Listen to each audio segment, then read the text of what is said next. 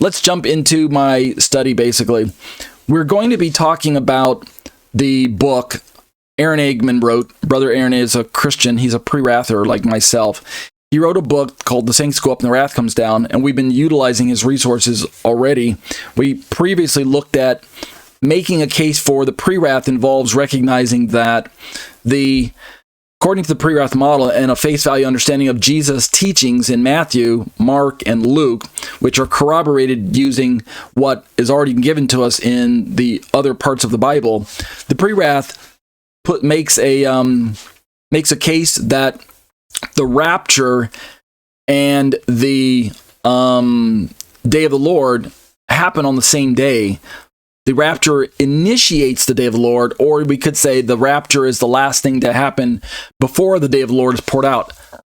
In other words, if I back up a slide and you look at where the blue part of this slide says Great Trib near the middle of the screen, and then where the blue suddenly shifts into a yellow day of the Lord arrow pointing to the right, and above that we've got this blue arrow pointing down that says coming of the Son of Man, date unknown. That little arrow indicates that the tribulation is cut short by the coming of the Son of Man, i.e. the rapture, which is synonymous with the resurrection. This great tribulation must be cut short because Jesus says no flesh would be saved if those days weren't cut short. And yet Daniel tells us that the midpoint of the week must run the tribulation of Antichrist, the wrath of the little horn. This time period must run 3.5 years. It's qualified by Daniel, and it's qualified and corroborated and confirmed by John in the book of Revelation. So when Jesus says those days must be cut short, he can't be talking about the 7 years that are cut short, because that also contradicts Daniel, and B, he can't be talking about any one of the halves of the 7 week that are cut short, because that would also contradict Daniel. So in my understanding, the only way to harmonize Daniel and Yeshua, Daniel saying there is 3.5 and 3.5, and yet Yeshua saying those days are cut short, the best explanation is the pre-wrath model, which says it's the great tribulation that's cut short, not the 3.5 years that are cut short. So in that cutting short, the day of the Lord is initiated simultaneously with the rapture. But obviously the rapture happens first, or we could say that the rapture happens right when the day of the Lord is initiated, but it seems better to say it the other way. It seems better to use the book of Revelation seals to guide us by saying that the sixth seal sign happens first, and then before the seventh seal is broken, there was this great multitude that showed up in heaven. And that great multitude is synonymous with the timing of what we're describing as a pre-wrath rapture, a post-trib pre-wrath rapture. So, Brother Aaron's book, The Saints Go Up and the Wrath Comes Down, is going to explain one more aspect of this pre-wrath model that I'm pushing for. You can find this book online at prewrathresources.wordpress.com. The book is not free, but excerpts from the book are available on his website. The book itself must be purchased, and so I'm going to give a little plug for the book there, since Brother Aaron gave me permission to use his resources so generously. All right, let's turn to the topic for tonight. This new topic it's called The Coming of Jesus and the Rapture, and it's another blog post by Brother Eggman, that was put together on June of 2016. You can see the date there. This particular blog post, again, just like the previous one that we looked at, which was the timing of the same day rapture and day of the Lord being poured out on the same day. This blog post that we're going to start examining, which we won't finish tonight. We're just going to start into it, just like the other one. We've got only an hour to look at this, and right now we're about 30 minutes into our study. In fact, look at my timer, yeah. So we've got another 25 minutes to take a bite out of what Brother Aaron's going to tell us. So let's just jump right in. The coming of Jesus and the rapture, and of course, again, this is a pre-wrath view, so pay attention. The phrase "the coming of Jesus" or "the coming of the Son of Man" in Matthew 24:39 emphasizes what happens to Christians when Jesus returns on the clouds of heaven. Here's a quote now from Matthew, but notice the length of the quote. We got Matthew 24:30 and 31, and then we jump to 36 through 44. And I want to tell you also that without taking a break, we're going to jump straight into 1 Thessalonians chapter 4 and chapter 5. That'll follow right on the heels of these quotes from Matthew. So the next, say, 4 slides or so will be scriptural references. So just pay attention. So this first part is Matthew 24, 30, and 31. And then the next slide will be 36 through 44. Quote, "At that time, the sign of the Son of Man will appear in the sky, and all the nations of the earth will mourn. They will see the Son of Man coming on the clouds of heaven, on the clouds of the sky with power and great glory.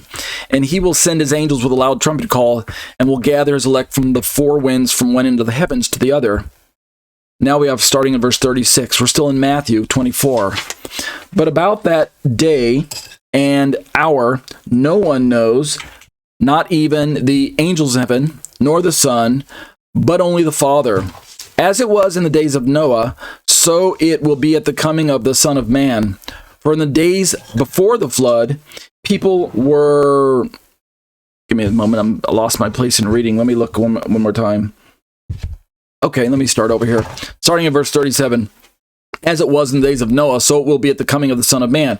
For in the days before the flood, people were eating and drinking, marrying and giving in marriage, up to the day Noah entered the ark. And they knew nothing about what would happen until the flood came and took them all away. That is how it will be at the coming of the Son of Man." Now we're going to keep going in Matthew, but be careful to watch what we're doing. We're going to jump straight into Thessalonians right after this on purpose. Continuing in Matthew 24. Matthew 24. "2 men will be in the field, one will be taken and the other left. 2 women will be grinding it with a hand mill, one will be taken and the other left. Therefore, keep watch, because you do not know on what day your Lord will come. But understand this, if the owner of the house had known at what time of night the thief was coming, he would have kept watch and would not have let his house be broken into. So you also must be ready, because the Son of Man will come at an hour when you do not expect him."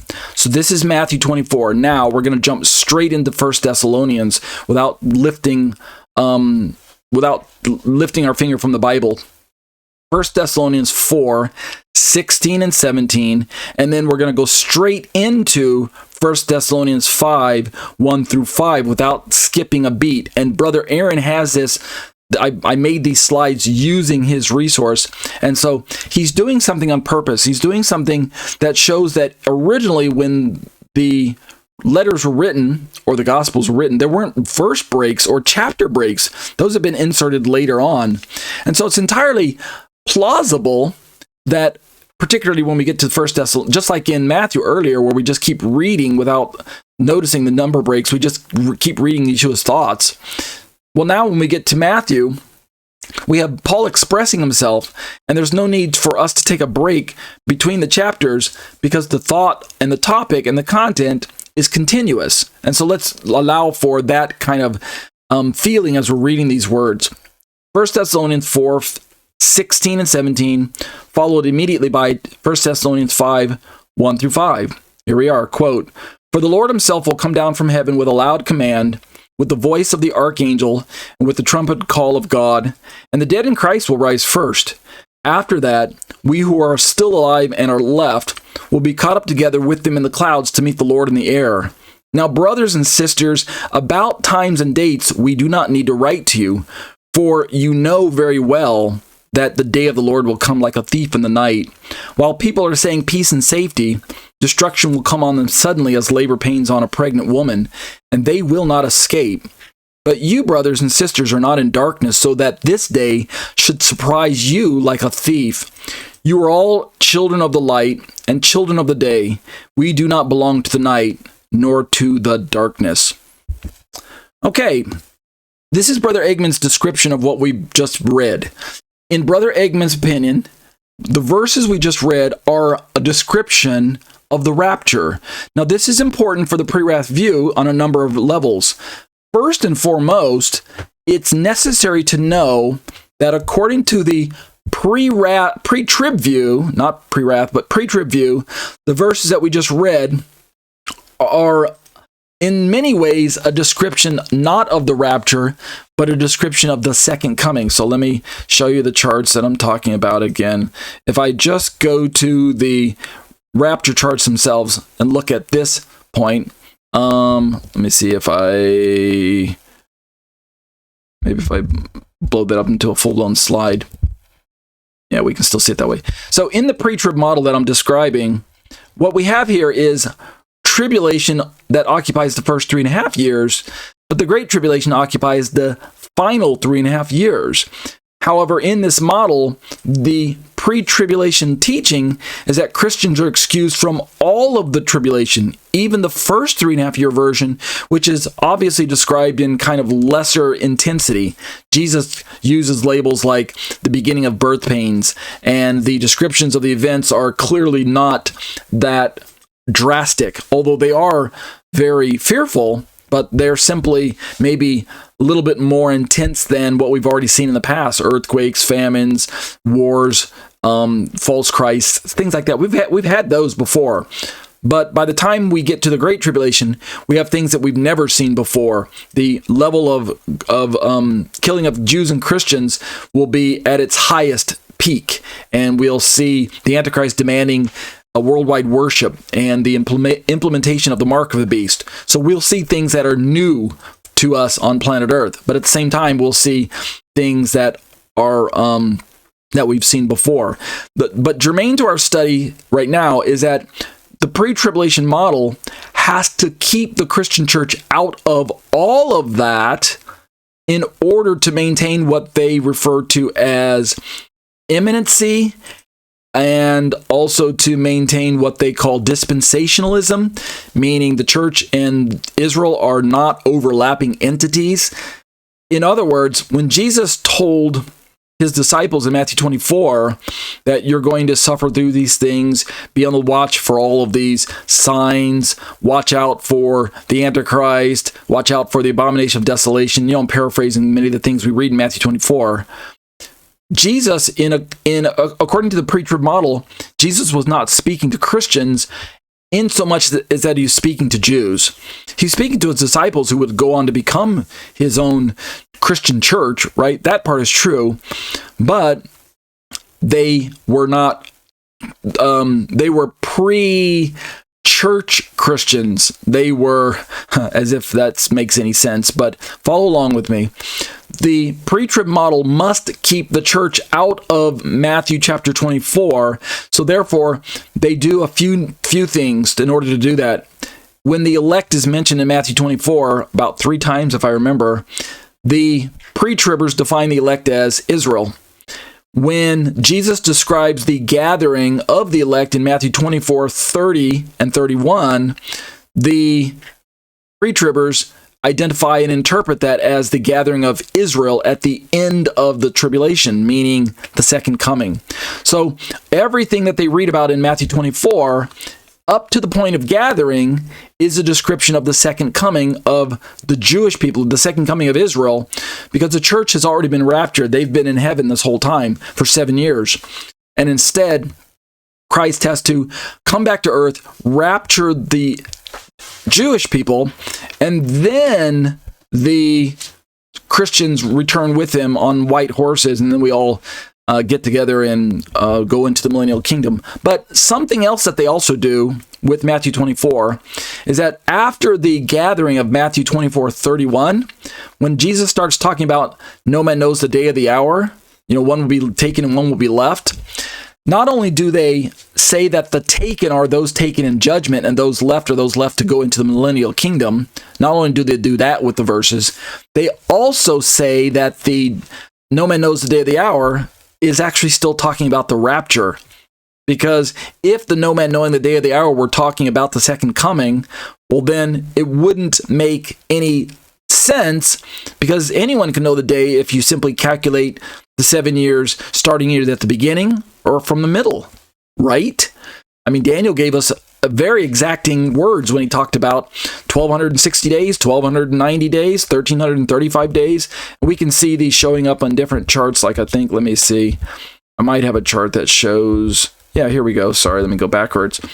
If I use this chart, we have the 7-year period composed of 3.5 and 3.5 years. That's 1,260 days and 1,260 days. That's what Daniel gave us. But notice at the end of the 7-year period, we have 30 days and 45 days. Where does that come from?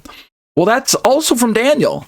If you read Daniel chapter 9 and then keep going forward to 10, 11, and 12, and then finish the book, well, Daniel talks about those 30 days and 45 days.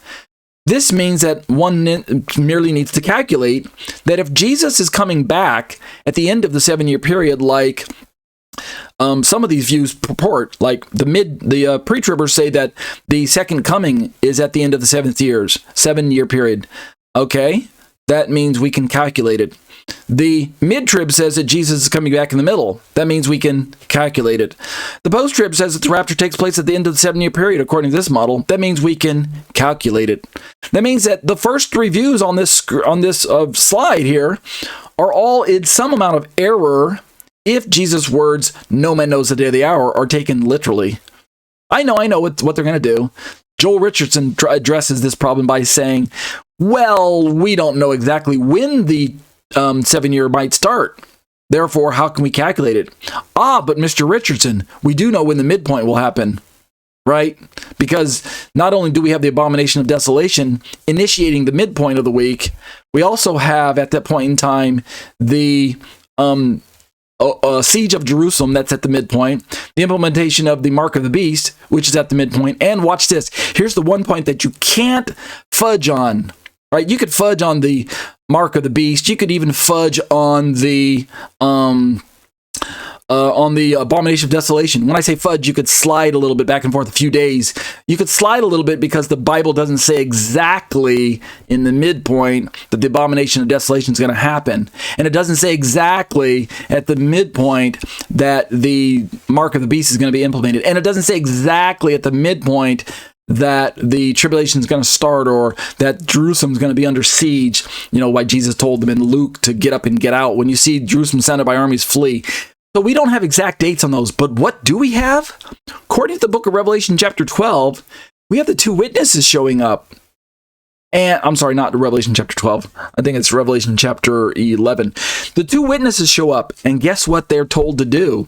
They're told to prophesy for 1,260 days.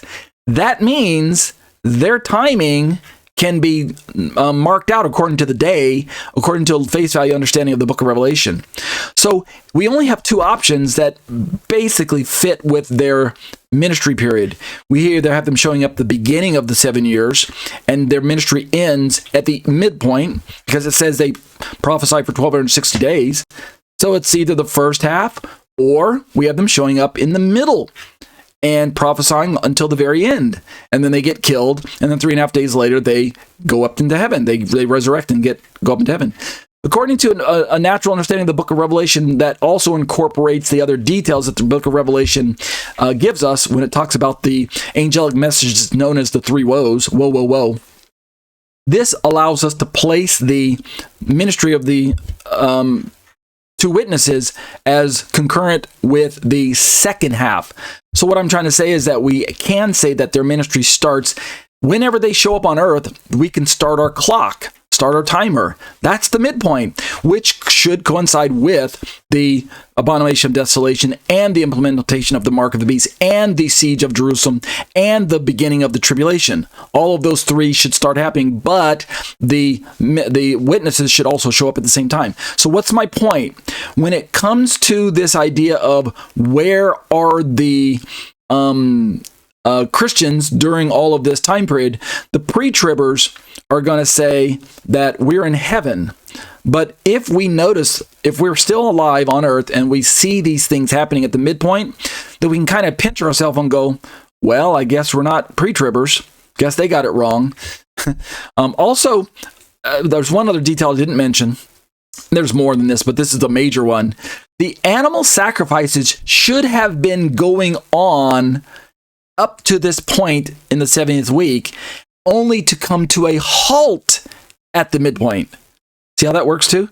So all of those events that I just described should all happen around the midpoint of the week, around the midpoint of the week. And there's a little bit of wiggle room for many of them, but the one that is given actually dates or numbers or timing is the one that I can remember at the moment. There might be one that's escaping my mind, but at the moment, the two witnesses showing up is given the days. It's given a mark in the book of Revelation. It says 1,260 days, 42 months.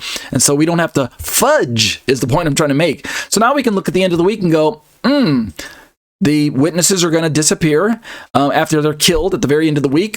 And this would coincide with a second coming or a rapture, depending on which view you're holding to. And so we can watch for those events. Now, having said that, let's go back over to Brother Eggman.